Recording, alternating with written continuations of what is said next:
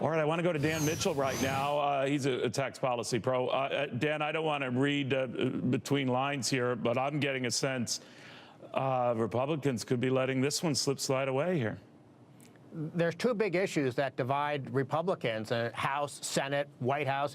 First, you have this very controversial border adjustment tax that is causing a lot of angst in the business community. And then you have perhaps what might in the long run be a bigger issue, which is, are you going to do tax reform? In other words, raise some taxes here, lower others here. Or are you just going to do a pure tax cut?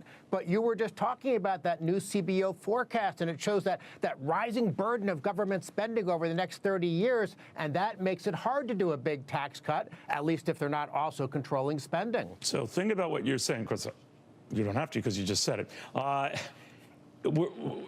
Comprehensive tax reform in an environment like that is dicey. A big tax cut after that is kind of dicey too. So what are we left with? We might get taxes cut around and tinker around the edges here, but nothing grand, or what do you think? If I had to guess, and it's nothing but a guess, we're going to have this process go on a couple of months. There's going to be no agreement. Trump's going to get frustrated, and he's going to go back to his one really, really good idea from his economic plan. Let's just do a pure corporate rate reduction, make it so that America is no longer driving jobs and business out of the country, and let's make us a magnet for investment and job creation here. I don't know if that'll do the trick, though, Dan. I mean, I see the need of that, and both sides, both parties agree on that. But if you don't get a lot of these individual rates down, and a lot of it's been buoyed, and the markets have been buoyed on the prospect that we will, not just the corporate relief, I don't know if, at least on Wall Street, that will be greeted favorably. I think that the market is more responding to some of the business tax provisions, replacing depreciation with expensing, which is a boring, arcane issue. No, I know. But the corporate rate cut is so critical for the long-run competitiveness here's of where the U.S. I agree economy. and disagree, though, Dan. I think you're right about that. I think those are things that are issues. But a lot of the ones on Wall Street are doing all this trading and bidding up prices.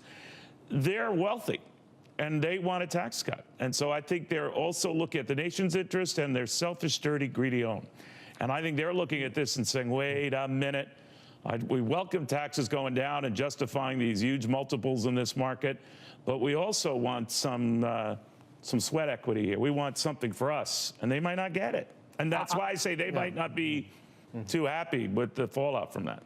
I would love us to have lower marginal tax rates on households. No question, that would be a great thing. That's why I'm a fan of the flat tax. Right. But if you have to choose one thing, and if all the controversies mean that we have to simplify, I do think you'll get the maximum bang for the buck by lowering the corporate rate. If you cut individual rates, that gets very expensive because the Laffer curve effect isn't nearly as large as it is with some of these corporate tax provisions. Yeah, and the Laffer curve being you cut the taxes, you're off to the races, the revenue comes in, everyone's doing hunky-dory, right?